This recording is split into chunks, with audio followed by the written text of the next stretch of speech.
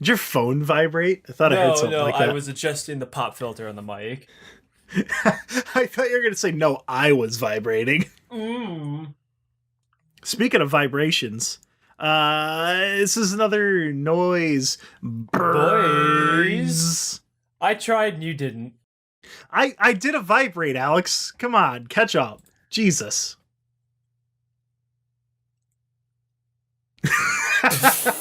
Listen, it's been a while. I thought you were going to say something. I don't know. What do you want me to say that? Listen, it's been a while, all right? We're a little rusty. So you're probably wondering, where the fuck have we been the past like almost 4 fucking weeks now? Well, here, let me explain.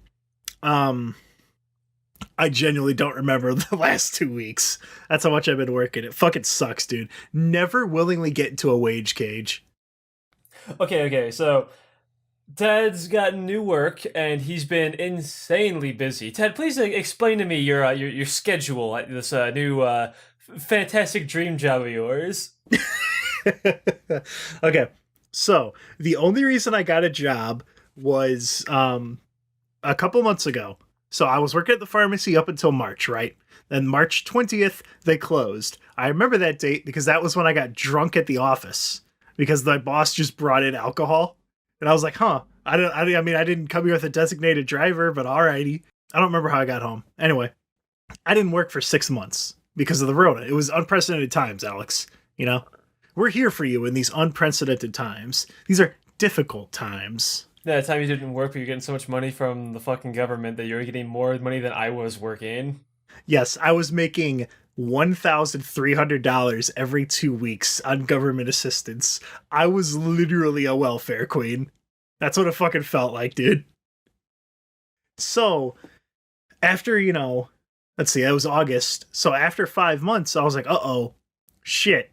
They're coming up here. They already slashed unemployment. They slashed it down. There was actually a politician that made like this big stink because he said that the money you get from unemployment is so high that people are going to stay on that instead of going to work because like as unskilled labor you're kind of fucked. And then people gave him shit against it, saying like, "Oh no, it's the American spirit to ever apply that America wouldn't want to work." And it's like, no, Spirit. bitch, fuck no. No, I was almost making $1,500 jerking off and playing RuneScape. Are you fucking insane? So I was like, okay, there's a good chance that they're going to just drop the unemployment shit, and I'm just gonna be stuck getting like $200 a week. That's not worth it. So I went and I got a job. But now here's the nice thing about being an older, like 26-year-old person, is that I can like throw my weight around.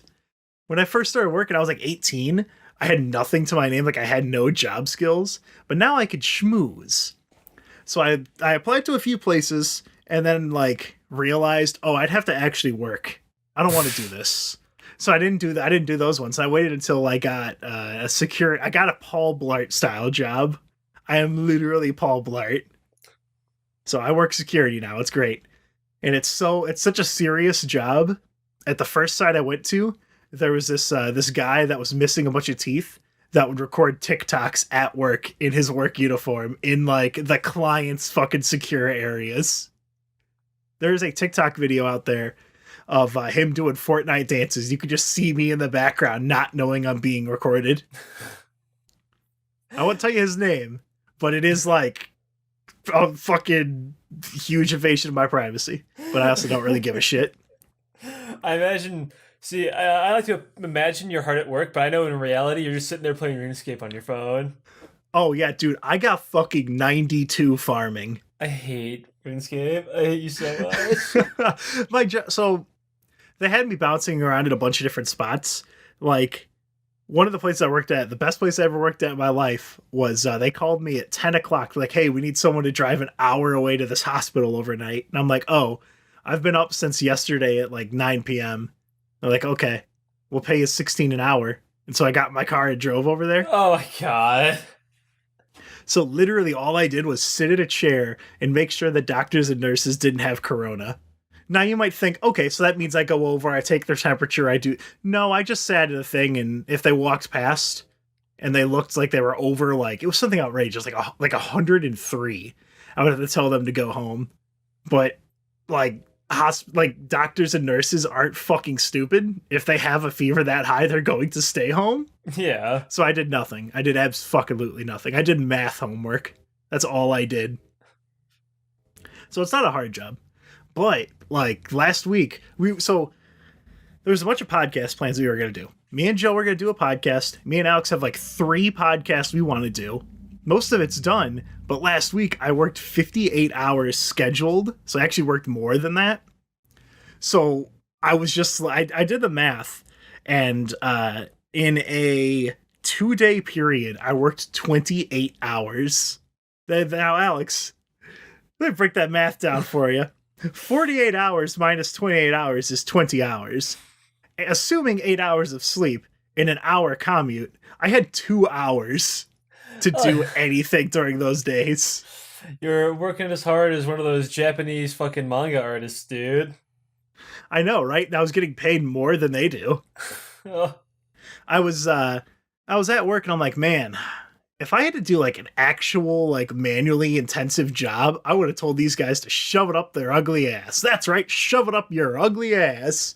I would not have been going into work if I had to actually work. I mean, you say you work, but I know for a fact 90% of it you're just fucking mining a motherload mine in RuneScape. Actually, Alex, I'm past motherload mine. I have 73 mining, you fucking moron. I fucking hate RuneScape. No, Alex, it's fine. It's fine. Listen, I have 7 million XP in farming. What? Okay, I'm just gonna ask, what do you need 99 farming for? I get 5% more efficient herbs.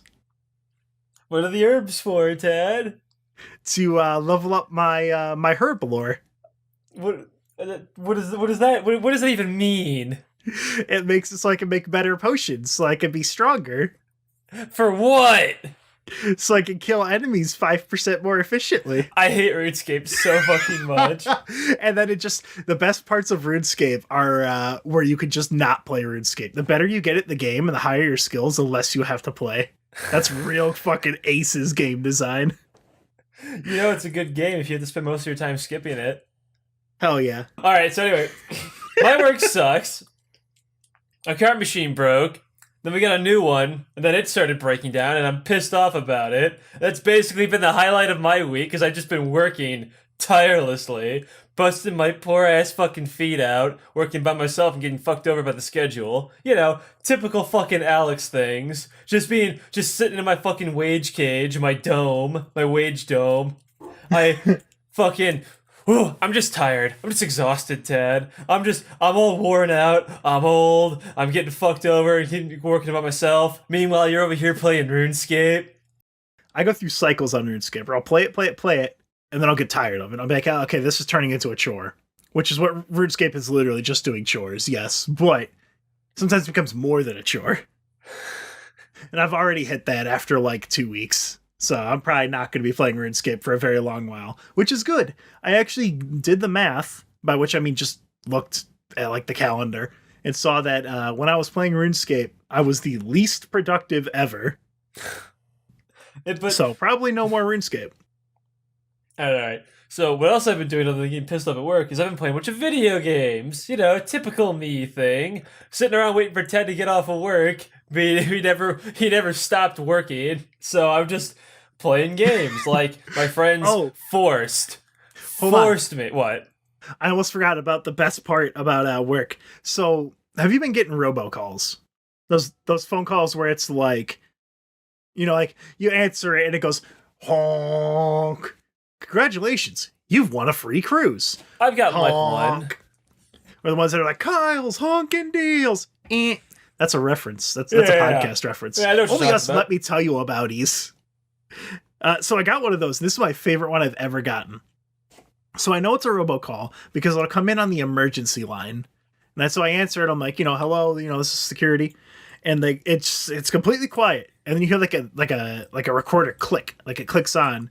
And it goes, there is something very wrong. Press 1 now.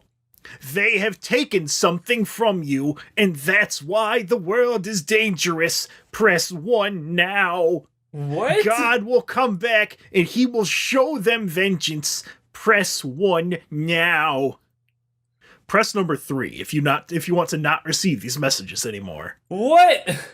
I know, it's like this weird, it's like a fucking cartoon Jewish voice saying, they have taken something from you. Press 1 now. I mean, you pressed 1, right? Out of curiosity. If it was not the work phone, I probably would have, because it's like, God damn, I want to know where this goes. Here's the secret about those robocalls, by the way, where they say like press 7 to not receive these messages anymore. Don't fall for it, because that is the exact same as pressing 1. That's why this is why you keep getting the robocalls. Don't press 1 now. Anyway, that's all. That's all that's happened at my work. Well, what I was gonna say is, with the video game shit, sitting around my ass doing jack shit, is my friends put a gun to my head and forced me to play Risk of Rain 2. Like how I did it with Bug Fables, and you played 1 chapter? Oh, there's a difference. First off, I tried it out, fuckboy. I just didn't get into it. Second off... You have to enjoy every single thing that I enjoy, Alex. How do you think a friendship works?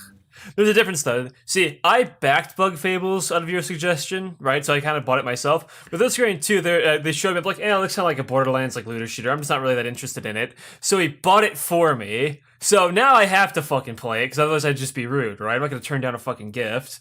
So I played it, and it's not Borderlands. I thought it was going to be Borderlands. No, it's a little more like, it's a roguelite, you know, where it has the rogue system where you go in through, like, the little dungeons, you go run, getting new loot and different builds every time. But also, it's kind of reminds me of like Warframe, where you become a guy and just run around, just like killing a bunch of enemies once you become like super powered up.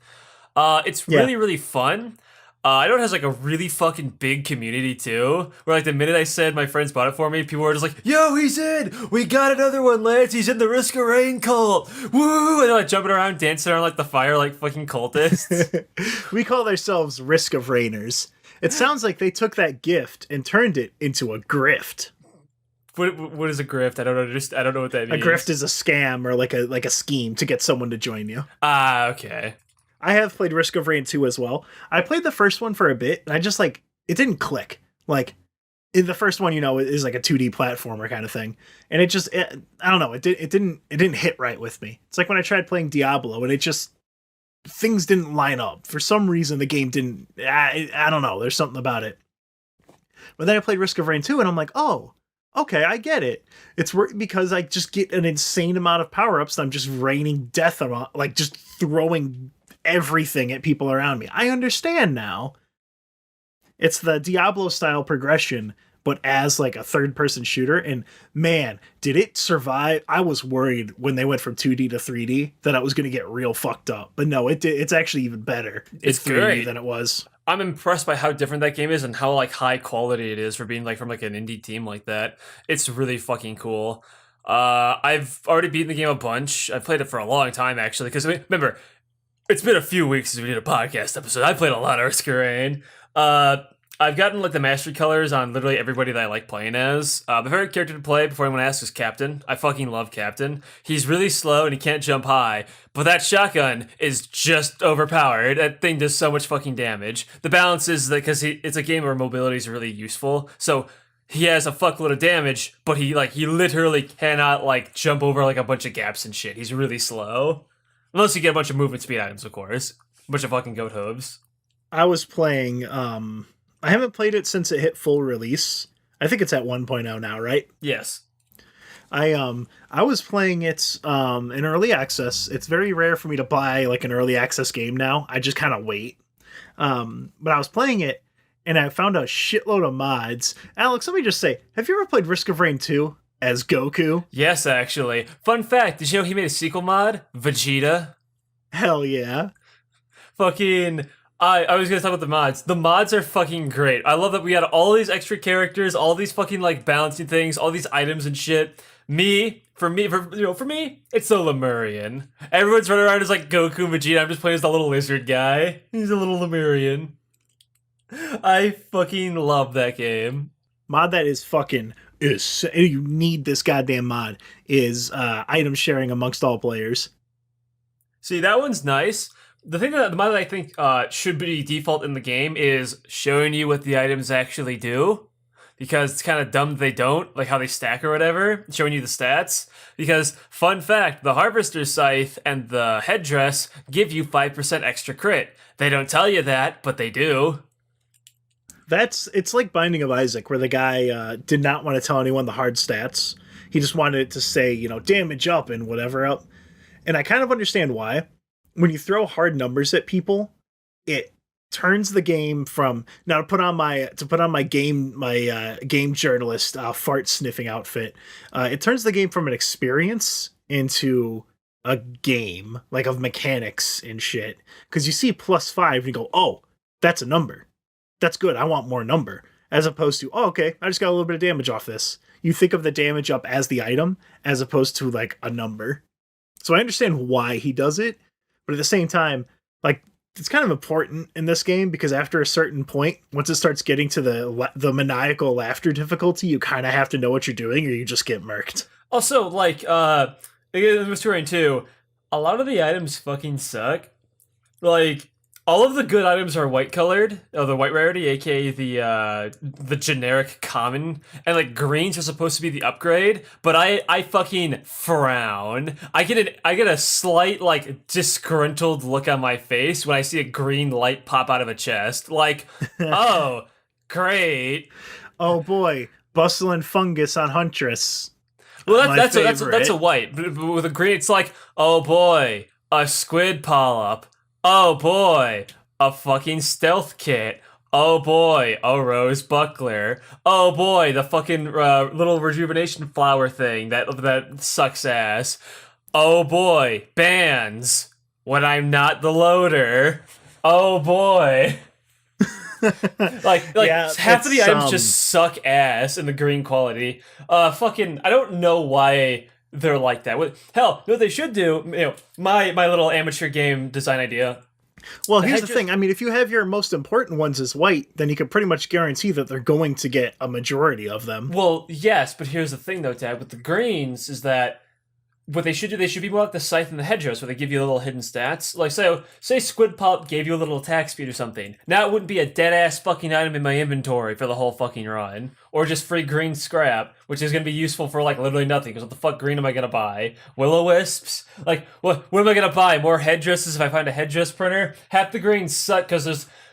This is the sad thing about Risk of Rain 2, once you get good at it, there's kind of only one viable way to win at that game, and that's stacking a fuckload of bleed, and then crit, and then you basically just stack up defensive items. Because there's only one damage up item in the whole game. Bleed.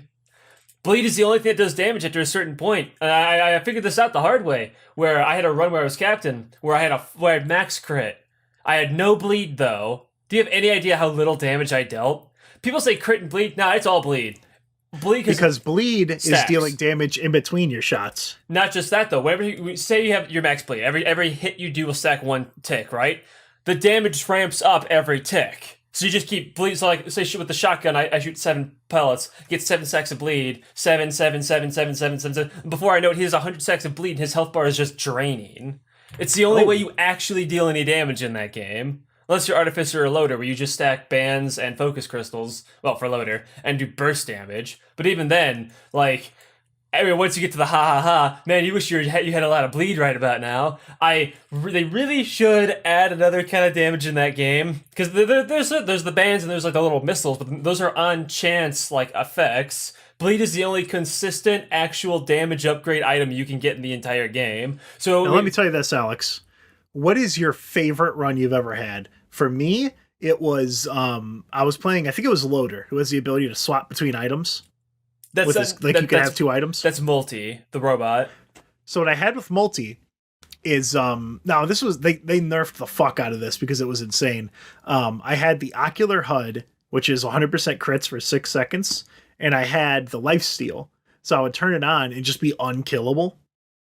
And then, but that wasn't my favorite run. My favorite run was I had multiple charges of my item, and my other item was something that recharged my skill, right?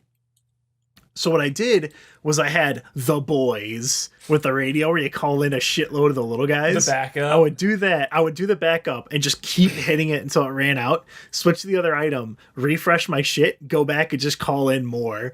And I would just blot out the fucking sun, and I just sit back and eat baby carrots. See, it's funny. My god run was just like that as Captain. See, Captain has a thing called the defensive microbot. He has a little red robot flying around him that zaps projectiles that fly at him.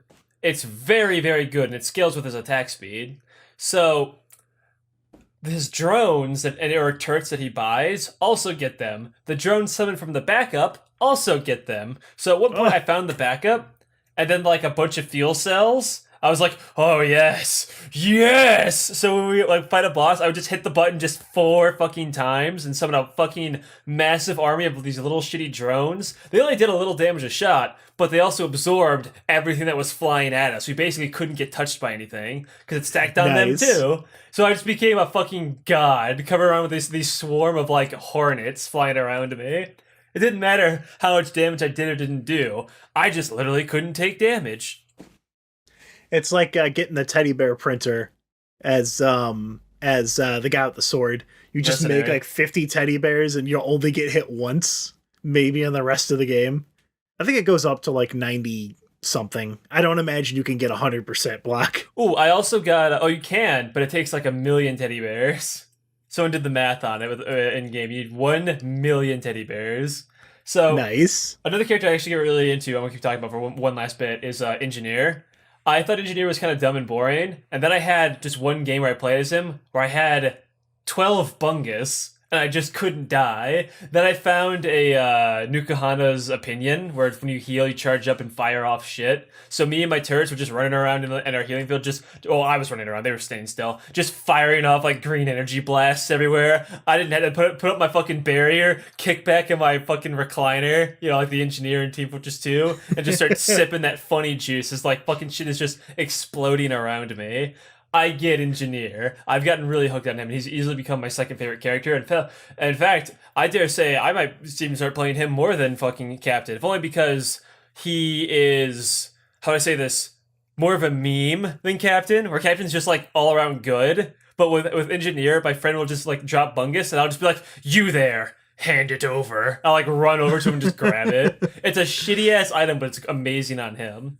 But anyway, speaking of roguelites lights, I also picked up Hades at the recommendation of actually the podcast fans. It just recently got its full 1.0 release as well.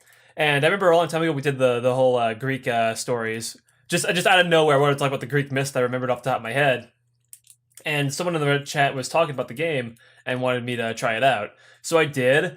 This is the second game that features a buff karkat, right? The first one's in Street Fighter V with Cage, I think, with a K. Kage. Oh, Jesus. Yeah, sure, Kage. It means shade in Japanese, by the way. His name is literally the dumbest shit. But then, like, this guy, the first thing I thought when I saw it, because I think they first showed this game off at, it was one of those indie fairs. Like, I saw this game years ago, and I thought it came out, like, a bit ago. It did. Months ago. And then people just kind of didn't notice it, or maybe they didn't notice it until it went on consoles. So here's what happened, Ted. It was on the Epic Games Store. Yikes. Oh, and that's why. And it just got off the Epic Games Store, didn't it? No, it's actually been on Steam for about a year. It just got its 1.0 release. It's done. It's actually a finished product now. So that's why. Okay. Yeah. So, first off, I don't know where you get the karkat thing at, because he's not a little bitch. You can look at him and visually it's like, oh, he's got the candy horns, he's got the gray skin, he's got the anime hair. Yeah, he's got the yellow and orange fucking protrusions up near his head, Alex. Don't fucking split hairs with me. Crown? Yes.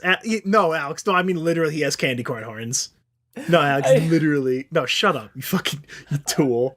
Ted. No, you look at him and I'm like, oh, fuck, this guy looks like karkat. Uh-oh. Ted, life isn't Homestuck. Not true. Speaking of Homestuck, I was right. This guy, just like 3 days ago or something, just early October, he made this big blog post about how Hiveswap was a kick in the nuts and how it's like how to disappoint your fans and ruin everything. and almost all of the points they touched on, I covered the exact same fucking things. God damn, I feel so validated, Alex. Oh, I was right. On how it was Hussey being an idiot and trusting those the fine gentlemen to do anything. I mean, at the start, yes, but then as time went on, and I agreed with this person, the blame just shifts completely to the Homestuck people. Like, they are 100% in the wrong after 2012 because what they did was they broke it down into a timeline. They looked at every piece of like publicly available information and were like, okay, so this is like, you know that meme with Maury where it's like the evidence shows that this was a lie. You did that like to fucking 13 different quotes, which is like, all right, so that was horse shit because their company had dissolved at this point, and they pointed out all this shit. I did learn a really interesting fact. Like, most of it I knew because I did the episode, right? Yeah. But Andrew Hussey was banned on Kickstarter because his game never came out. And to get banned on Kickstarter, you got to fucking try really hard. Fucking. You have to willfully not try to fulfill like your things. And they got him because he made a blog post where it's like, we're going to like they had the option to work on Hiveswap and release it, or to work on those visual novels and release those. And they made the blog post saying, we're going to suspend development on Hiveswap to work on these, which is like, you got paid to make one of these and you're opting to willfully not do it. Okay, you're banned on Kickstarter. Fucking. He had to make a second account to do the Sweet Bro and Hella Jeff book Kickstarter, which I'm still baffled that people went on, like, people were fine with that. They thought, oh no, that's okay. Yeah, I'm going to give this guy $70,000 to make a Sweet Bro and Hella Jeff book. Yeah. Especially with Casey Green, who, now Casey Green, Alex, he's funny, right? Like, he's a funny internet man. That dude cannot make a Sweet Bro and Hella Jeff comic to save his fucking life. He just fundamentally misunderstands what makes that shit funny. I'll link the blog post in the description. There's a lot of really cool shit in there. It's like 2 hours long if you read it. Like, it's long. It is like everything sourced. It's got all this really cool information. It's nice. It felt so fucking good to finally be told I was correct, Alex. Well, anyway, go back to what you were talking about. I'm done. Well, I was just gonna make Hades really brief because, like, the game is a really fucking, like, well-made game. I see why it took so many years. I fucking love how it has unique dialogue for, like, literally everything. And like they expect you to die, like, a lot because it's hard, but they have like multiple lines for every single enemy you die to. Hypnos will shit on you for everything. He'll comment on everything.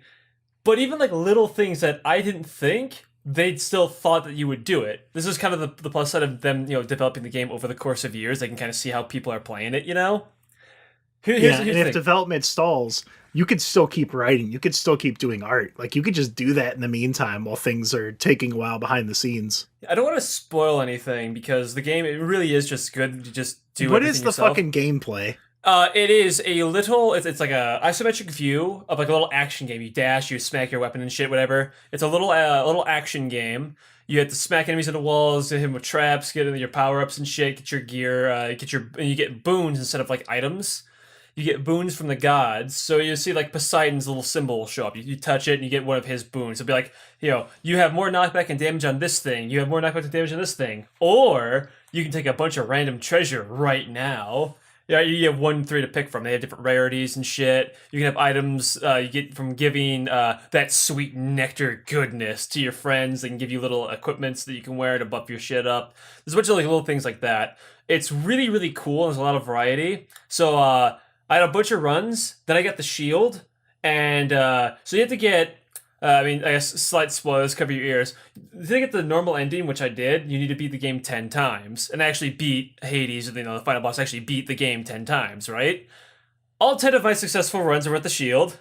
The shield is really good. Shield is really dumb and broken, and I got the fucking Aegis one. I buffed it up to have 30 damage a spin. It starts at 6, by the way. And I also learned that the Poseidon is the best god in the game. Well, he's my favorite anyway, because with the shield... when his dash attack, You just kill everything. I don't even have to think anymore. I was streaming for my friends on Discord when I would just get into a room. I would get Poseidon's conch shell, so he'd be the first guy I get the title dash, and just go spamming the dash attack everywhere and just murdering everything. I didn't think for a second, Dad. It's really fun, and I kind of broke it that way. And, I mean, like even Isaac in those kind of games, these roguelike ones where you go in, go out, go in, go. Now, are there things that you keep forever? Like you said, you unlock stuff. Yeah, are you able to like, okay, I'm going to grab this shield, and this is the one item I'm bringing on my run. Yeah. So you have the conch shell, right? You have a little equipment thing, then you can get a little upgrade to change your things out per big area, right? But the conch shell is your next boon will be from Poseidon, so you wear it at the start, so that because you always have one boon at the start. Or you're unlucky and you get the Daedalus hammer, but we'll talk about that. We don't talk about that. So you always get like that one god at the start to kind of kickstart your run going. But you can also wear like the spiked collar from Cerberus, gives you like extra max health. Skelly's lucky tooth gives you an extra revive. Shit like that, little things.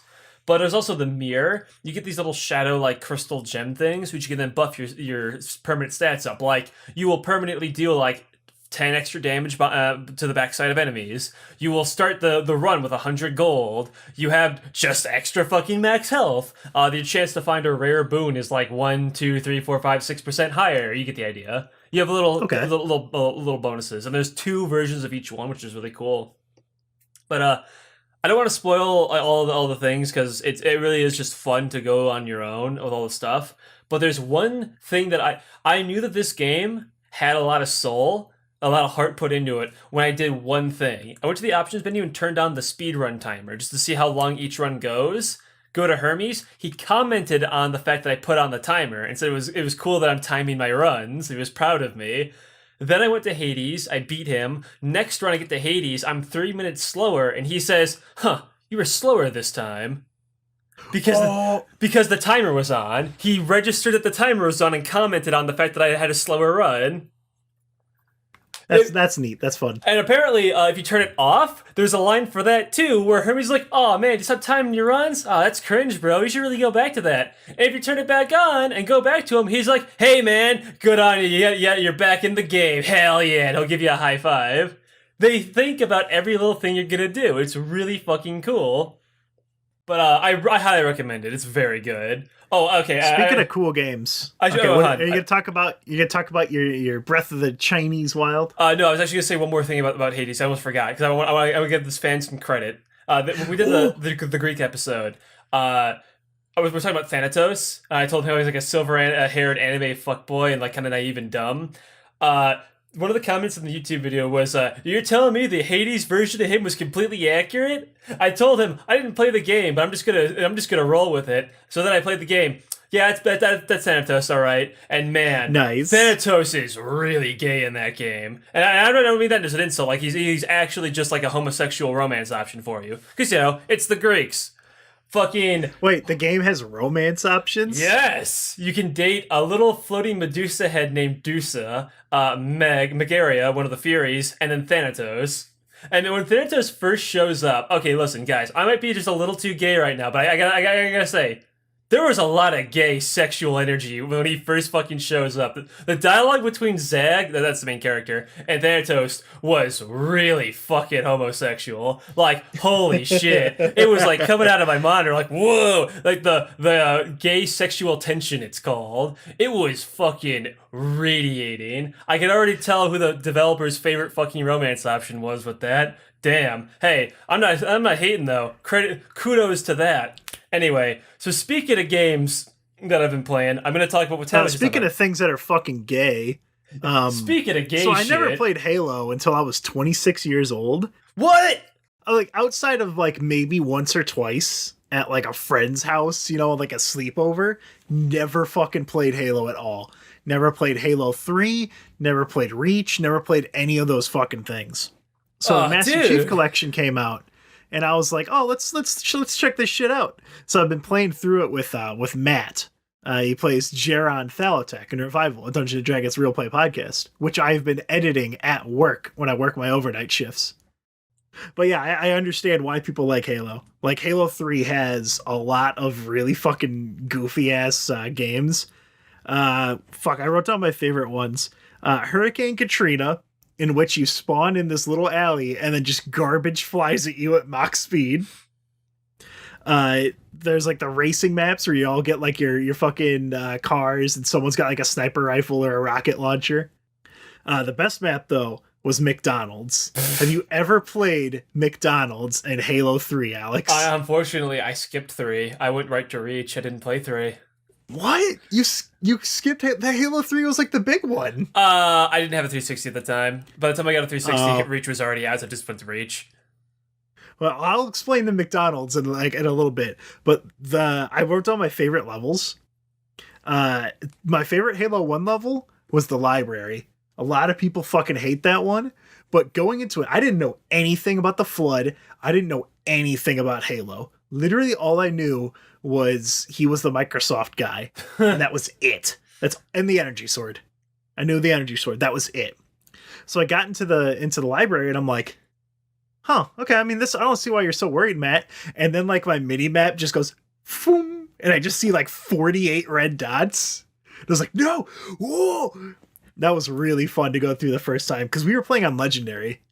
We did through all the campaigns on Legendary. So I really like the library. Halo 2, the Arbiter levels were all really fucking fun. Hell yeah. Where you had to go stealth and shit. Like, that shit's awesome. See, because you were stuck with the shitty fucking Covenant weapons. Besides the Covenant Carbine, that's my favorite weapon in Halo. You see, I played 1 and 2 a fuckload with my stepbrother Mitchell when we were kids. I fucking love Halo 2, dude. But it's also because I just associate with playing co-op with my bro. There was a lot of cool shit you could do in Halo 2, and Halo 2 feels much better to play than Halo 1. Like, if you go back and play it, you're like, oh god, what the fuck? It was the first. What it was doing. Yeah. My favorite level in Halo 3, I think it was Halo 3. It might have been Halo 2. I might be getting these mixed up. But it was like, I was really surprised this is my favorite level. There's an area where there's like this giant crater on one of the Halos, and you're going on this lift to go to it. And normally elevator levels are like shitty and boring, right? Yeah. But we were playing on Legendary, so you had to actually think about things or you just get your ass murked. So we had I noticed like, okay, there's 3 layers to this elevator. And I would have a dude chasing me like with like a brute shot. It's like, oh god, I can't get near him. He's gonna fucking blast my ass. He's gonna rip my ass cheeks open like when I misclick on the gate in Lumbridge and I smack a goblin. So I would have to like play with the layers. And it was like I would throw a grenade up, it would bounce off like a wall and go to the layer above me, and he would dive off it, and then I'll come up behind him while he was distracted and shit. Like it was good. Maybe it was just because I had that one run through it that just really fucking stuck with me. Halo Reach. Okay. Alex, do you remember the very final level at Halo Reach? Yes, but tell me your experience with it anyway. Okay, so it's like, you're the last ones on Reach, and there's just swarms of Covenant coming at you, right? Yeah. And you fight down to the last man. Yeah.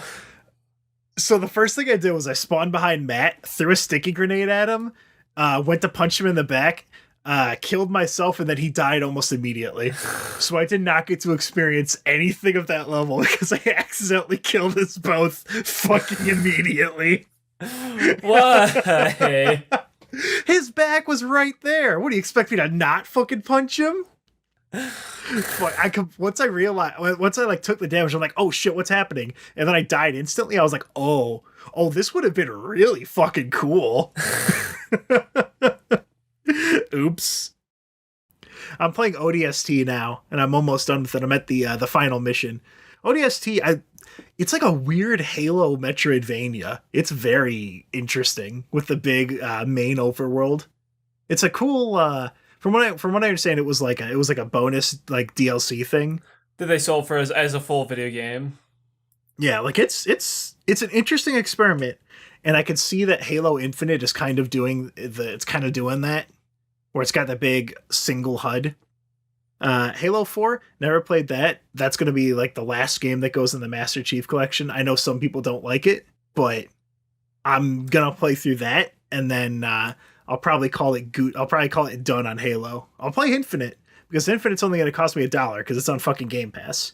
But so the map in Halo 3, that was the best map ever. was called McDonald's, and the description is it's 3 a.m. and you're really hungry for some chicken nuggets. So, sorry, I'm sorry. That caught me off guard. so you have one base on the left, right? You have a base on the right. Blue team spawns inside the base on the left, and there's a bunch of different cars. There's a ghost, there's a mongoose, there's warthogs, and there's the other one. There's a bunch. There's just a bunch of kind of small to medium sized vehicles. And there's a big bridge with a jump in the middle with a sun underneath it. And the red team is on two little bridges up and to the side, and all they have is constant grenades. So you're trying to drive from the left to the right, pick up the flag, and come back while the entire enemy team is throwing grenades at you. And it is really cool because you'll throw a sticky grenade, it'll get caught on your mongoose's wheel. You'll make that jump and it'll explode. It'll just launch you into the sun. Dan and Michael, they stream it on their channel, which I think it's not the old name. Now it's like Double Perfect KO. I think that's the one they have now because it's easier to spell than Bro Operatives. Not by much, but it is easier to spell. So Halo's, I get it. If I would have had an Xbox, I would have been a Halo kid. I'm going to say it right now. Taking my stance. There's a reason Halo is as popular as it is, dude. Again, I only played a few of the Halo games, but the few that I did, I really, really liked. Do you have like a favorite level or thing with it? Oh, another good custom map was Bomberman, where it was Halo 3, where you had like the trip mine and grenades, and then that was it. And there was like the pillars, like a Bomberman stage, and that's how you had to kill each other. That one was actually pretty fun too. Fuck, it's been so long. The only thing I can specifically remember about Halo was when I was playing with Mitchell, was we were doing fucking multiplayer just one-on-one, and I kept killing him with the fucking energy sword and was pissing him the fuck off. I don't remember the campaign as much as I just remember playing multiplayer with him, though I do know we did the campaign. I know we did it, but it's just been, like, I was fucking, I think I was fucking single-digit age. It was so long ago. So I don't remember. We were playing multiplayer. We were playing Zoomer Ball, which is you pick up the skull and you move it 300 times speed and your melee goes way the fuck up. You take extra damage and you don't regenerate a shield until you kill someone. So you just have someone zoom, zoom, zoom. Oh, I do remember that one level. It's actually really early on. It's like the fucking like first or second level. It's when you're when you're on Earth because the Covenant found Earth and are attacking it. You're in the city. I remember the big fucking like robot thing climbing on that was really cool. I thought the Hunters were like the coolest fucking Covenant enemy ever. The big fucking blue things that always fight in pairs, like the worms in the armor. I fucking love those and you gotta hit him in the butt. Yeah, I love those guys. Fucking. What's your favorite weapon? A favorite weapon? Okay, controversial opinion. I'm gonna Needler. say the Needler. I love it. I love the Needler. It's so fucking cool.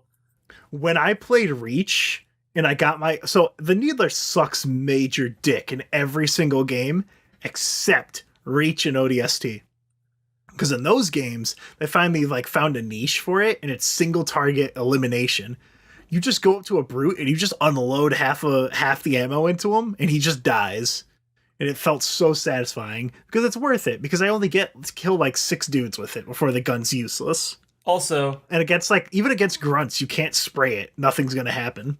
So I like the Hunters. I also like the Jackals. So what is your favorite enemy in Halo? My favorite enemy is probably the grunts. The very first time I played the game and I saw a grunt, I was like, what the fuck is that thing? What the fuck? And then it just started screaming and running away. I'm like, I love this dude. They're goofy.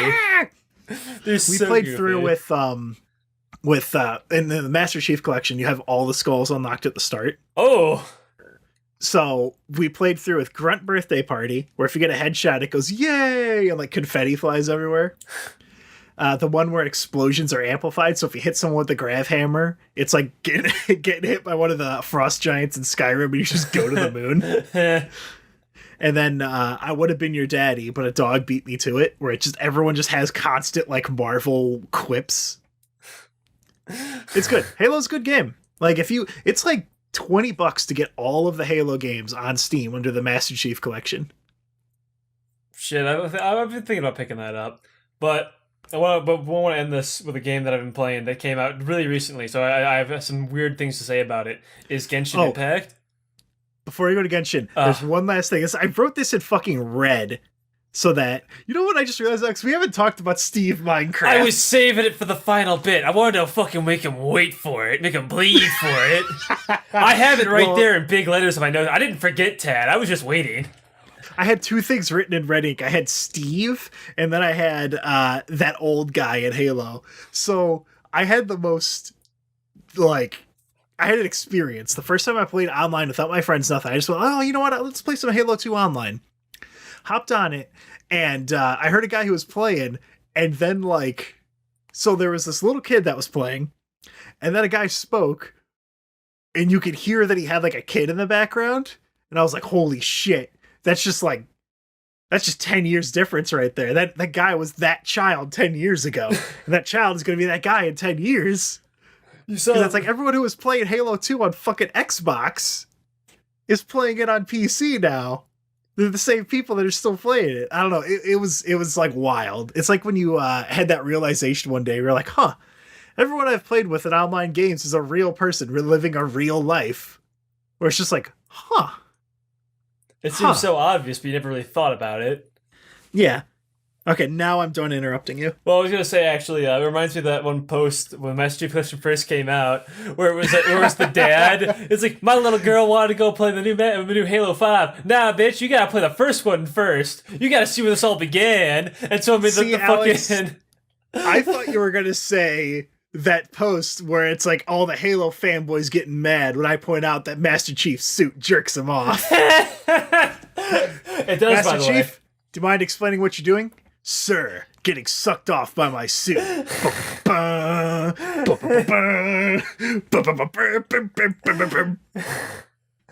So anyway. It's canon, by the way. Anyway, so this fucking game came out that all my friends... Oh, so the other thing I do... I'm gonna fucking kick you in the fucking nuts.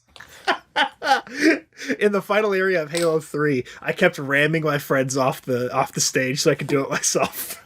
Fucking... I was that kid. Okay. So, my friends told me to play Genshin Impact, so I did. I'm not even gonna bother with the fucking lore. I'm just gonna get right to it. So, I don't know what you were waiting for me to interrupt, bitch. Okay. So, this game just came out as of this recording, not even a full week ago, or not even a full week ago, a couple days ago. Point is, it's very, very recent. So this game comes out. I don't know what the fuck Honkai Impact is. Apparently another game these guys made them a lot of fucking money. I don't give a fuck. This game... It's probably one of those boat... That's probably what one of those boat girls are from. Probably one of those slutty boat games! Fucking... I don't know. I only know it's 3D. And I had an ad for it. I don't know shit about it and I don't fucking care. So anyway...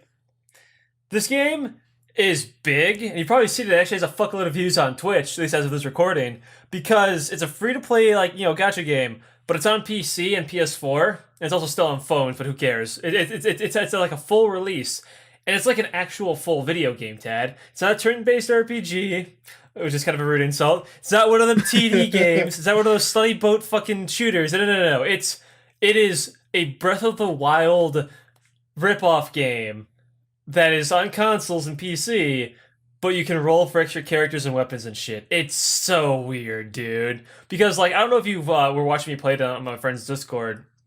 No, Alex, I was at work. You were on your phone all day at fucking work. Fucking bitch, you could have watched it. You were playing fucking RuneScape! Listen, Alex, I had to play Runeterra, okay? Fucking... Listen here, I'm gonna stab you. I'm gonna fucking stab you! Listen. Alright, I don't know if you watch any gameplay of it, but it's Breath of the Wild. You run around, you climb up mountains and shit, you find loot, you do weird little shitty environmental puzzles, there's torches, light the torches, get a little treasure chest. Instead of Korok seeds, there's these little green, and if you're in the Chinese area, little orange things you collect. It's so weird. I'm running around, and my friend was watching me play it, and he had the same reaction I did. He said, it's so scary how good this game looks, and how, realized it is for being a free-to-play gacha game. And he was giving me some fear-mongering shit, where he's like, this game could set a precedence for how games are now.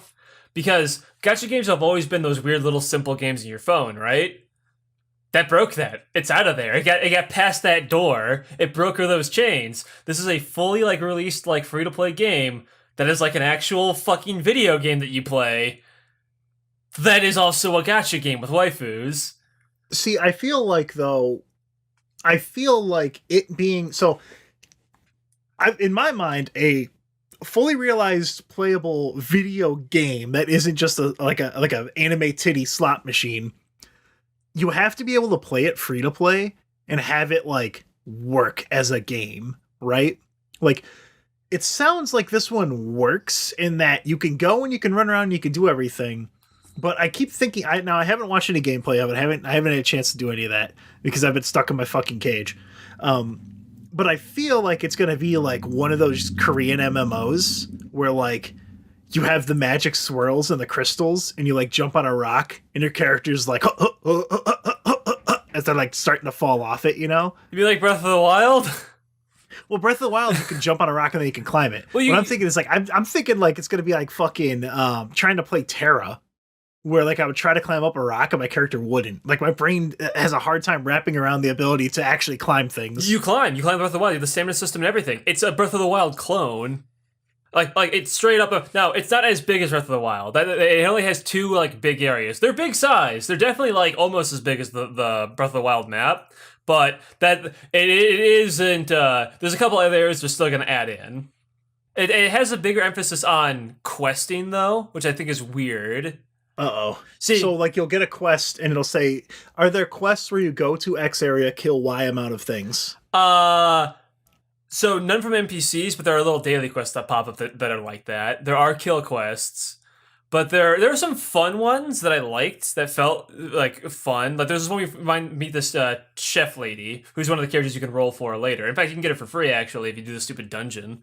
But they show her early. You go on this little quest with her to find a bunch of ingredients, and she's there to kind of teach you the game thing of like finding ingredients in different locations, how to cook food. She also like briefly takes you to like the Chinese area to like see it. You know, she's introducing you to game design. She's introducing that to you. Then you do a dungeon with her. And you fight this boss. You kill the boss that froze things, and it turns out this guy like runs out of the cave saying that he was attacked by some like ice monster. You go there and kill the ice monster. Inside the ice monster was a frozen boar from 300 years ago, and then you go to cook it because you're a fucking idiot. And you make this like really good food, and it turns out that guy is actually also from 300 years ago. He was frozen by that monster. And he just escaped now. And I thought it was a fun little quest to do that. You had to do like this cooking mini game with her, to impress the town, and reintroduce that guy to 300 years later society. It was a fun little quest. I liked that. It was where we had to like this kid feeds pigeons outside of the main city of Mondstadt all the time.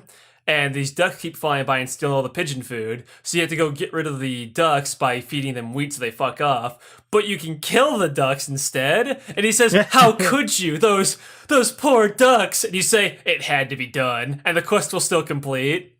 It's fun. I like it. But here's what I'm fearing of it. So like, it feels good. The weapons don't break, which is already good. It has a really, really good soundtrack. It's fucking Where's amazing. the catch? Yeah. Now there's tons of weapons you can get without using the stupid gacha thing, but that's already kind of a sus thing right there. There's the characters, but it's a gacha game. I expect they're gonna hustle me with that. That I don't really care about. It's where does this game stop being Breath of the Wild? That's what I'm thinking about. Because I love exploring. I love getting these little stupid little puzzles. I love fighting these stupid little enemies. I love just climbing around, listening to this fucking amazing music. Where does this end though? So there are little dungeons you have to grind. That's where it is. I had a feeling this was going to turn into an MMO light because there's multiplayer. You can drop in, drop out multiplayer. And you can do dungeons and shit together. And that's where I know that catch is going to hit. Is I'm going to need materials to send my characters and the weapons because you need those. But you get those from the little dungeons. They're short, but I still have to do those all the fucking time. Right? That's where I know that this game's going to stop being entertained, is when I'm just grinding ascension materials in these like 2-room long dungeons every fucking day, rather than exploring and like having fun. I feel like, so the point of Breath of the Wild is, you had that one quest where you had to go and beat Ganon. To do that, you had to go to the 4 areas. This game, I feel like, is going to be like, you don't get that Ganon. You're never going to get that Ganon quest. You're going to keep doing other quests to do other things. And with Breath of the Wild, you could just fuck off forever, pretty much. Yeah. and then just do like these one-off side quests and never follow that main one. But I feel like there's got to be a catch somewhere. And Well, I think you're onto something there where it's like you have to have a certain level of power or whatever to do this next quest to do another thing. you're So gonna I hit feel the like you XP probably wall. can't just walk around the entire map. Like they're gonna gate you off with something. They do gate you off in one area. There's this area called the Stormbringer's Lair or whatever. They either gate you off with a physical barrier that does not move, or with like the enemies here are just so strong you can't there's nothing, or there's it's either going to be the enemies are way too strong, there's a physical barrier, or there's a content drought and there's nothing in this area until you do this quest, and then things start spawning and populating it. Maybe you can still get your Korok seeds, but there's going to be nothing else there. Yeah. So there are like big, like actual like physical walls you can't walk past it for areas that just aren't in yet. Obviously, like there's this big mountain that you can't climb yet, called like Dragonspire. That if you get up close to it, it's not fully like loaded because it's not done. But like you can't walk up because there's just basically just an invisible wall there. Because there's this big map. There's only 2 areas that are like actually like explorable right now. There's all they. Now let me ask you this. So in Breath of the Wild, the way that traversing was fun is that you had the chemistry system to have fires, you had the updrafts, you had your glider, you had shield surfing, you had all these different ways to get around. Now, I feel like in this one, you probably have your stock standard, you're climbing, you're jumping, you're gliding, but then past that, I feel like you're going to have to roll for your characters to get like their more interesting stuff. See, you actually are partially right about that. So there is the gliding, climbing, all that shit. There's no shield surfing because there's no shield character, but there's a character called Venti who's this little wind fucking boy pussy boy, and he has you know where Valley's Wind in Breath of the Wild where you hit the gust of wind below you and just fly up a little bit. He has that ability. So like only he has that ability. So if you don't have that, you don't have Rivali's updraft. Now they design puzzles around they design puzzles around you not having him, which is nice, I guess. But when you have him, you do kind of you just skip a couple puzzles in the overworld with him because you can jump higher than everybody basically. Yeah. But I like it. I like what it's going for. It is definitely interesting and it is impressive how much quality there is. I fear how slow content will be because, you know, exploring is fun, but there's only 2 areas to really go through once you collect all the fucking, you know, the Korok seeds. And it's just going to become an MMO where I just grind through dungeons every day that I can teleport to and just do and bust out so I can get mats to upgrade my weapons and shit. I feel like it's going to be like these 2 areas are like the ones that are the poster child. And then these next, like when they add new areas, like you're just going to kind of, you're going to be so powerful. It's going to be, these new areas are going to be primarily go in here and do your dungeon. Secondary, oh wow, go explore the overworld. Like it's going to be like playing fucking mini ninjas, but as like a gacha MMO. Yeah, it's cool. I like it. I really want to see where it goes with it though, because even at the end of the day, even if I don't end up like sticking with it because of the whole grinding thing, I'm interested in how different this game is from every other gacha out there. Like just the fact that it's so unique, where it's not a fucking mobile game. It's like it's Breath of the fucking Wild, Breath of the waifus. That I really want to just keep my eye on it. You know what I mean? I just want to keep following it, even if I stop playing it. Because I just want to see. I guess I want to see what kind of waves is it going to make. How are other developers going to look at this game? Because it's big. Like I told you, it's on Twitch right now. Like it's pretty big on Twitch, and it made a lot of money. Now, we also put a lot of money into this development, but it made a lot, and it's definitely been like on people's talking points. So I just want to see how will this impact how other people make free to play games. Can we possibly see a somehow an even sharper decline with the quality of games, where they become even more free to play and just say fuck it, roll for everything? Now, Tad, I want to end this episode on something that I didn't give a single shit about, that I had the most mild reaction ever, and apparently that broke Twitter for 20 minutes. Steve got into Smash Bros. Steve McMinecraft. Now, I think you have a better reaction than me, but I'm still going to say mine because I'm already talking. So, every other Smash reveal, my body has naturally woken me up without an alarm clock, because I would wake up and just say, okay, I guess I'm doing this now. I didn't even want to, my body did. I didn't wake up for Steve. Really? I did not wake up for the Smash Brothers reveal. In fact, you texted me, and I didn't even hear it. I woke up, I'm like, all right. Let's just see who's in Smash. I look at my phone. Ted said, wakey, wakey. And I said, oh, Is it actually him? I went and just typed in my keyboard. I sent him a picture of the foot fetish Steve, like looking down in a dark void. Wakey, wakey. And I'm just like, okay, is he actually? And I just watched the trailer. And I actually really liked the trailer. I'm not gonna lie. Even when I was tired, I had a lot of charm to it. Steve just comes in the fucking thing, and he's just the same shitty Minecraft model Steve. I'm like, okay. It looks like a fucking mod where someone replaced the Mii brawler. He looks fake because he doesn't fit the art style because everyone's is like looks like a Smash Brothers character, and then it's just Minecraft Steve. So I was at work, big surprise, when the trailer dropped. So I was like, okay, you know, whatever. All right, I had to get to work at 4:30 in the cocksucking morning. So I had the trailer playing, no sound because I'm at fucking work. I'm not going to be that guy. The trailer starts. I get up and I have to go give someone like, okay, here's your badge. Do you have coronavirus? Do you have any weapons on you? If you do, I can't do anything about it. So you can just lie to me. Okay, all right, have a good one. Open the gate for him. Sit back down and I see Enderman joins the battle. And my first thought was, fuck, I clicked on a fake video, didn't I? I thought someone set up a fake video for like their fake Smash Bros trailer to like play at the same time, Yeah. But no, watching it, I was like, you know what?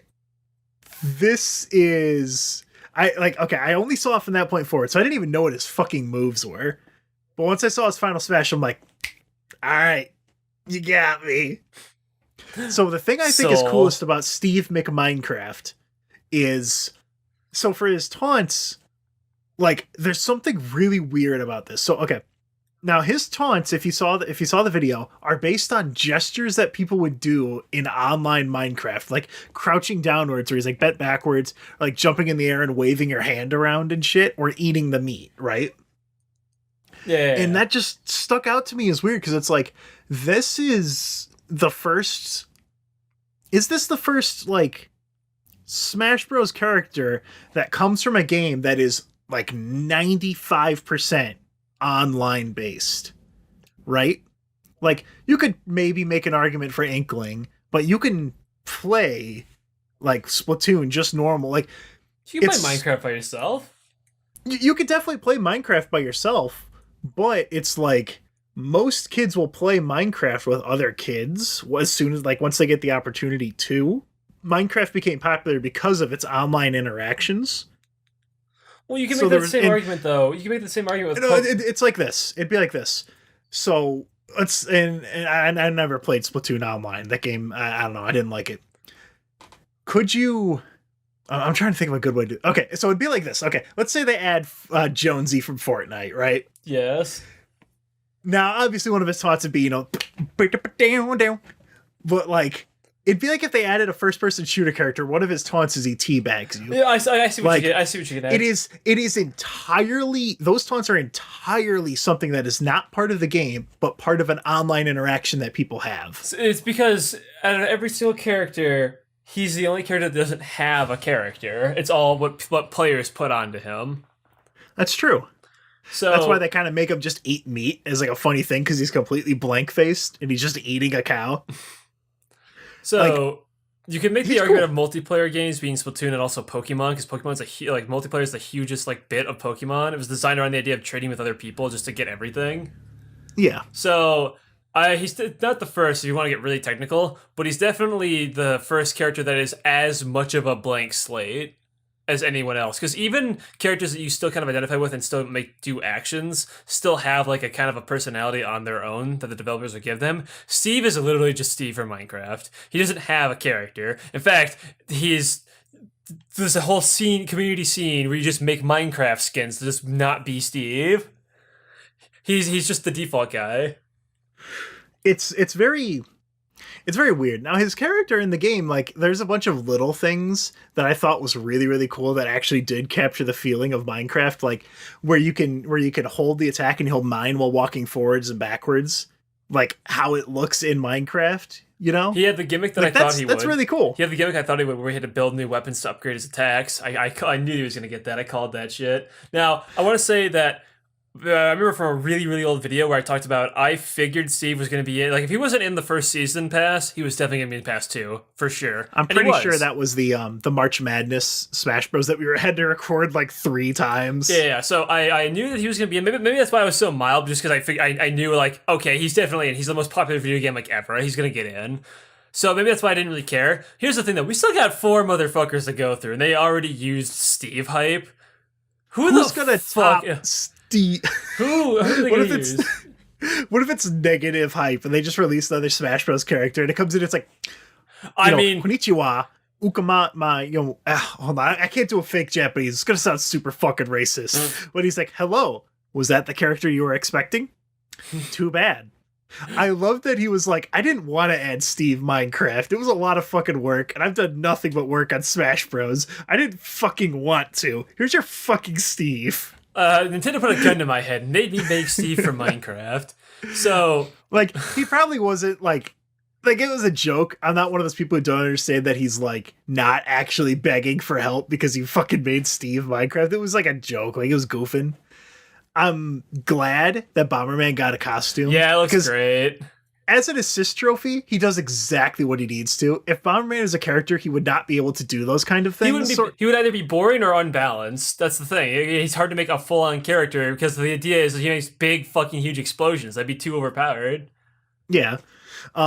Jesus. Minecraft Steve looks like a bitch and a half to fight. Oh, he looks awful. Oh my god. I love the Holy music, shit. by the way. That remix sounds great. I didn't recognize any of the music because I've only played the original Minecraft. Last time I played Minecraft, Alex, the Nether was a new update. Yeah, I haven't played Minecraft in a very long time either. I never got that into it. I did play it though. I remember when you lived near me, you got Minecraft, and I was like, I don't know, this game doesn't seem that great. Listen, sometimes my takes aren't very good. Thinking Minecraft isn't that great and the coronavirus is a nothing burger. Listen, sometimes I get it wrong. Also want to say, Travis is a costume, so he's already off the table for the next 4. So I have no idea who it's going to be. I'm very scared now. So Master Chief. Master Chief's Master Chief is definitely a good option. People have been talking about Ryu Hayabusa from Ninja Gaiden. Ninja Gaiden was a huge game on the original Nintendo. He definitely could get in. Ninja Gaiden used to be really big. That's not necessarily a no. He is an anime boy with a sword. He's basically Sakurai's basically got a huge boner for him by default. So, all right. I'm worried is that the rest of them are just going to be like, here, a new game is coming out. We're advertising the character for it. Like, what if it's like fucking... You mean the last season pass with the $20 banjo pass? Yeah. Oh boy, Joker. The only characters that I was... Okay, Alex, can you explain to me what the fuck Terry does? Every time I play him, it's just like there's a bar that just says, okay. And I'm like, I'm hitting every button. I don't know what to do. What does the okay button do? I think it means you can Buster Wolf. Like, I play King of Fighters. Like Grim. literally that imagery is holding an N64 controller with a million buttons. I don't know what to do. So I like Terry because I like King of Fighters, but he has Fatal Fury mechanics. I didn't play Fatal Fury. I played King of Fighters. Okay, I don't fucking know. I don't know what the go button does either. All right. Go. I'm trying. It reminds me when I was playing For Honor, and I was trying to read up what the Shinobi does, aka the ninja.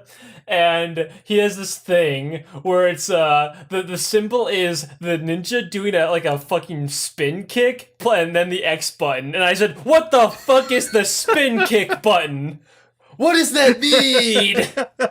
That's just the symbol. Like, what does that mean? What am I supposed to do? How do I do the spin kick? It never tells me. I had to figure out how to do the spin kick myself. You have to dash and then hit the X button, by the way. And then when you do the kick and then hit X, you throw the chain out and you can grab them. Never do that, by the way, because they just grab your chain, pull you down, and just beat the shit out of you because you have the lowest health in the game. Anyway. So I want to do a prediction. All right. So Tad, Season 1 we had Banjo. He was in the middle, and the last 2 went mild. People were more. While I like Terry myself, people were more hyped for the Sans costume than Terry himself. And then Byleth, yikes. Yeah, Byleth was this pass. No, this pass is Min Min. Min Min and then oh, right. Min Min and then fucking Steve from Minecraft. So Min Min's a cool character. Like I love ARMS, so I love Min Min by default. Oh yeah, I had this really good memory, Alex, of playing fucking playing an Evo. Oh hey, oh man, this game looks kind of cool, Alex. Oh yeah, let's play this. And you just fucking destroyed me. It's like, ah, cool. Arms is awesome. Yeah, I'm gonna not play this. I was You my ruined Arms controller for me. was literally dying, and I would walk forward, not hitting any buttons, because it kept fucking up. And Ted still lost to that. I sandbagged even by accident. I Alex, was throwing to him, and it would Ted's be like this. oh. It'd be like this, Alex. Hey, let's play League of Legends. what's Oh boy, I've never played League of Legends before in my life. I don't know these controls. And you go in there and you play like fucking Zen. I want to point out, everyone. Ted thinks Arms is as complex as League of Legends. Everyone like, well, yeah, League of Legends is not complex. Everyone pin that shit. All right. So anyway, you shut up, Ted. You fucking bitch. So what's your pick, huh? Is it Teemo? No. Fuck with me. The characters aren't getting in. All right. So League of Legends is irrelevant now. So we all know Eldegard from Fire Emblem, from Final Emblem is getting in for sure. That's a freebie. All right. So there's 3 characters. That's a red Fire Emblem, Alex. That's different than all the other ones. That's justified. All right. So there's 4 characters. Eldegard. Okay, there are 3 characters. So this is the thing we have to actually try for. Now, Tad, I can literally only think of one thing at the very end that could possibly top Smash, and that is unironically not Goku, but it's SpongeBob. Shut up. No, because SpongeBob is literally the most voted character. He is. That's why Sakurai had to say, characters that I could actually put in the game, because you haven't put SpongeBob in. What if we put SpongeBob in, Dad? That's the one that kids wanted the most. They wanted to see SpongeBob in Smash Bros. You know what? You kind of have a point. Like, kids don't give a shit about Dragon Ball Z as much as man children do. Yeah. Like, Goku being in Smash was a thing when we were their age. Kids I am sticking to my guns, Alex. I am saying the most reasonable guesses I have, unless there's some off-the-wall shit like Crash Bandicoot, which Crash Bandicoot could totally make it into Smash. Some like off-the-wall shit, Paper Mario and Pig Ganon. I think those characters have a very big... They have a huge potential to be like interesting, fun characters, and they're reasonable. Now for unreasonable Popeye, but Popeye's never getting it, Alex. We have to prepare. I reached my hand out to put it on your shoulder as I was saying this. You have to we have to come to terms with this. He's the most important character in Nintendo's history. No. That image of the person walking, oh, Popeye is the most important Smash character. Sure thing, Grandma. Let's get you to bed. Another character I think is going to get in. All right. I'm going to prepare you. Buckle in. So, Mr. Fortnite, aka Jonesy, unironically has a high chance of getting in. Definitely. But also, Fortnite, that game that people have kind of gotten bored of already? Definitely. I like... Well, you know what, Ted? Banjo is still really active and relevant. Okay, I'm going to fucking slap you in the back of the fucking head, Ted. Doesn't matter how relevant it still is, you fucking idiot. Now, someone had a really interesting take. And by that, he was trying to get a rise to the people. So you remember on 4chan, where people would be like, "Good morning, V. It's another couple days till Steve's announcement. Yes, the Steve from Minecraft." Someone said a post that was just copying that, but it made me think it was, "Good morning, V. Just a few more days until Freddy Fazbear's announcement in the Smash Brothers." No! Yeah, that's right. Freddy from the Five Nights at Freddy's. I laughed, and then I started thinking, Five Nights at Freddy's is actually fucking huge, and kids would love that, and he is a video game, and he's probably cheap because I don't think Scott charges that much for fucking Freddy Fazbear. I think Freddy could actually be inside. He could unironically be the indie game rep, since Sans didn't make it, Sans is just a costume. Think about Sans didn't make it. Quote from man where Sans is Sans is in Smash, okay? You know what I mean, though. You know what I mean. You call him the fuck? Shovel Knight is it? I'm still fucking. But an assist trophy, full on indie rep as a fully playable character, unironically could be Freddy. God, dude, Shovel Knight is an assist. He does so much. I love Shovel Knight in Smash. Everything he does is beautiful. Now, if I want to be a Coomer, I could say Shantae. Literally, who cares? The same amount of people who want fucking Ashley from WarioWare. You're an Ashley from WarioWare fan. You might as well just check your hard drive real quick, see if you got anything weird on there. I don't care about Ashley, but I am actually one of the 2 people in the world who actually played Shantae's games, so I'd actually play Shantae if she came out. But I think Freddy has a huge chance. I'm saying, I'm thinking about it. No, I'm thinking about it. Don't put this evil on me, Alex. Do not put Listen, Alex, if you keep knocking on doors asking for the devil, eventually he's going to answer. But Tad, think of it this way. Indie rep, but also... I don't want to think about it. Hold it. Wait, one more thing. Is there a horror game rep in Smash Brothers? If there's going to be one, it's going to be the Fatal Frame girl, because here's my reasoning. It would be very disappointing. Sakura did want to make her before. He did say that. Now, if there was going to be oh my god, it's one of the playable characters from Phasmophobia. They're in. It's one of the NPCs. Oh my god, it's Spooky from Spooky's Jump Scare Mansion. Holy shit. There really is no one from a Spooky game in Smash at all. There will be once Freddy comes out. You can shut up. Shut the fuck up. Steve's gone, dude. I had to start shit posting about Freddy now. It's the only thing left. Okay, Alex, here. Limit it to a reasonable Nintendo character, okay? My pitch is gonna be Paper Mario or Pig Ganon. I'll give you 2 options. I'll let you hedge your bets. I'll let you get 2. I assume we're freebie spacing Eldegard, not counting her, right? Yeah, I'm already psyching myself up to be the fucking annoyed at Eldegard getting in. Okay. So I'm thinking about this. So a character that has to be in from a Nintendo property. Who isn't in already, though, is what I'm thinking about. Who isn't in some way? Listen. That's I'm scraping the bottom of the fucking barrel. And let me just say, Alex, that barrel's bottom is getting real fucking thin. Now, I'm not going to say Gino because I don't want Gino. Not because I hate him or anything, but he's going to be a projectile character. And I play a lot of Ganondorf and slow characters, and I fucking hate them and they piss me off. So, not Gino.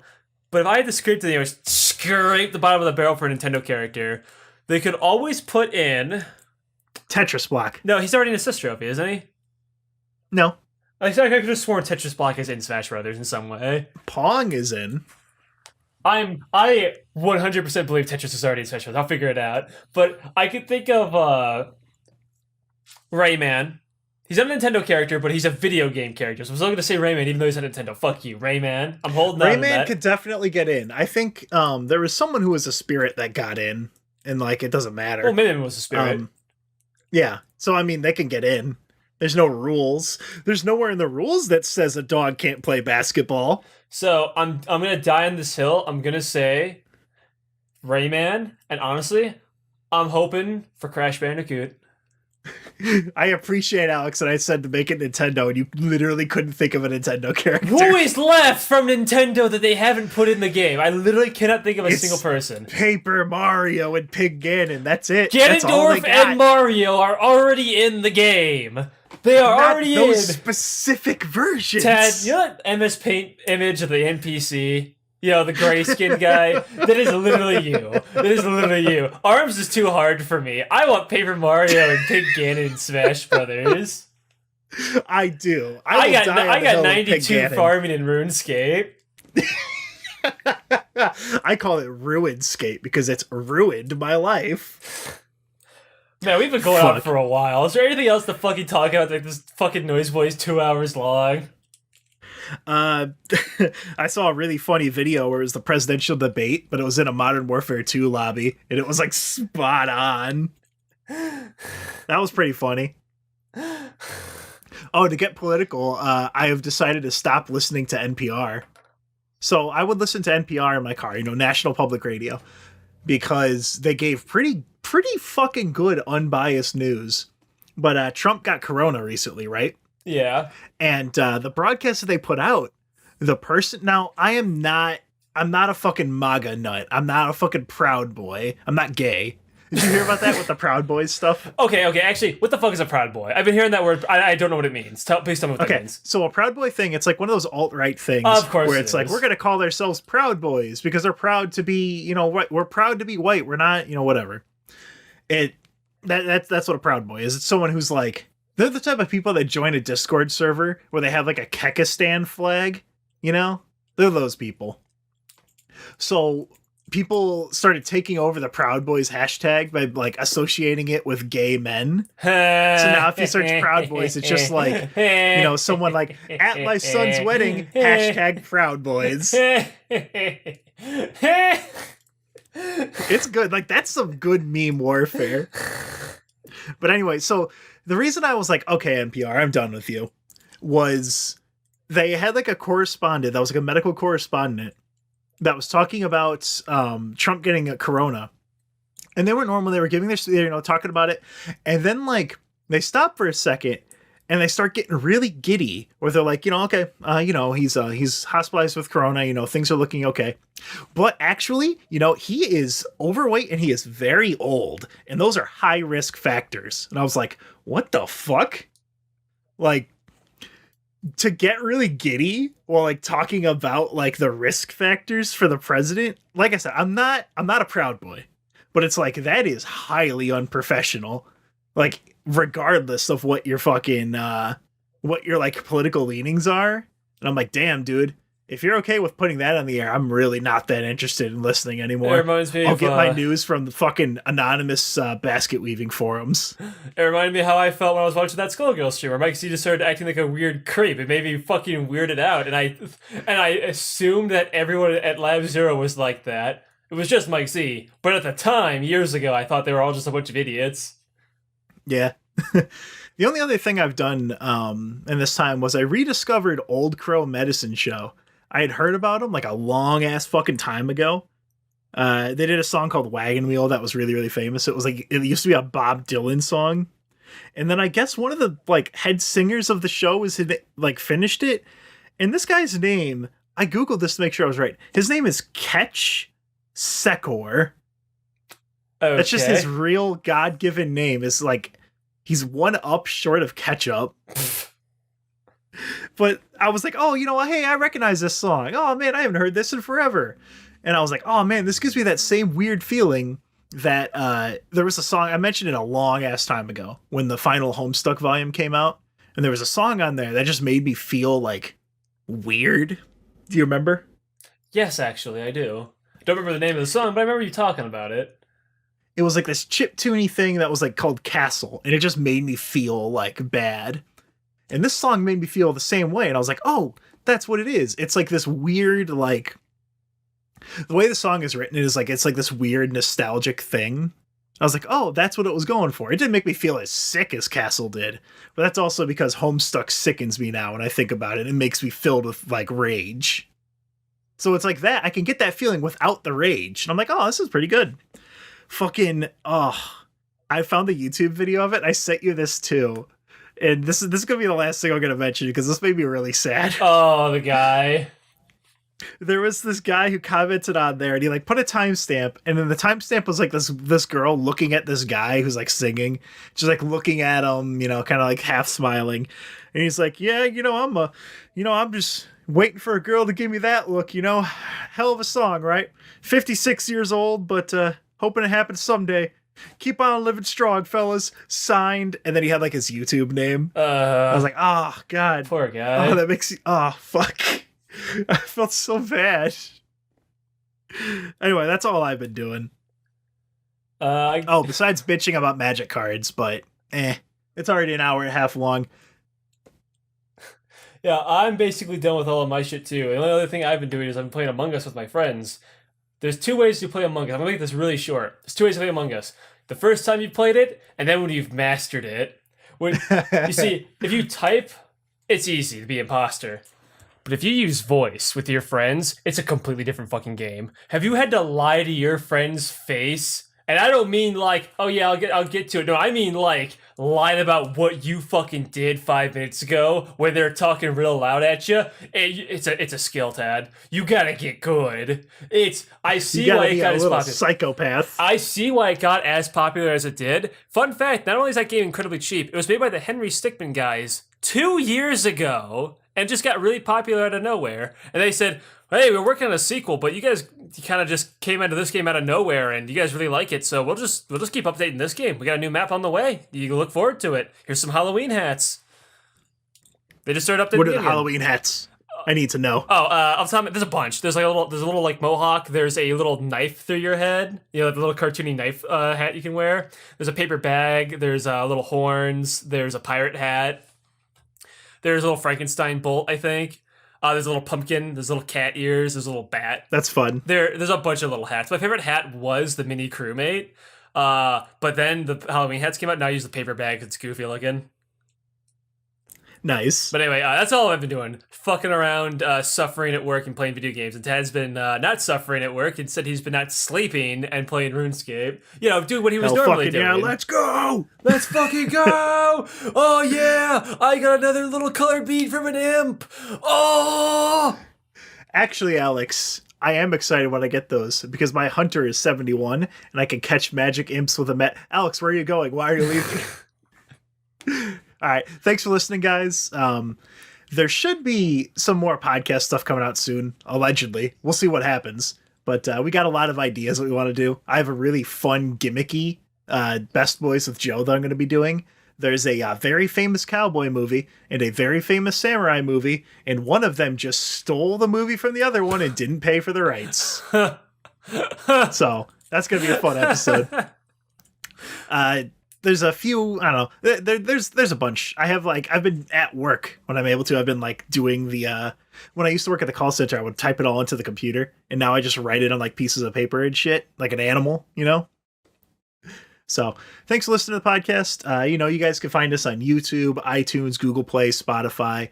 I hope during this drought that some of you guys have been checking out Joe's podcasts, the Man with No Brain and the Malevolent Movies podcast. Malevolent Movies is really, really good. Okay? Man with No Brain is really, really good. Joe talks about how his mom gave him a bunch of condoms in the most recent episode. It's really fucking funny. If you like the style of this show, if you like Let Me Tell You About, you will like Joe's stuff. It is very good. They need more views. They work a lot fucking harder than we do. Anyway, last thing I want to say is emergency meeting. Hey guys, I just kind of missed you. Emergency meeting. Hey, emergency meeting. Guys, I just had the cleanest card swipe. Alex is sus. Send him out.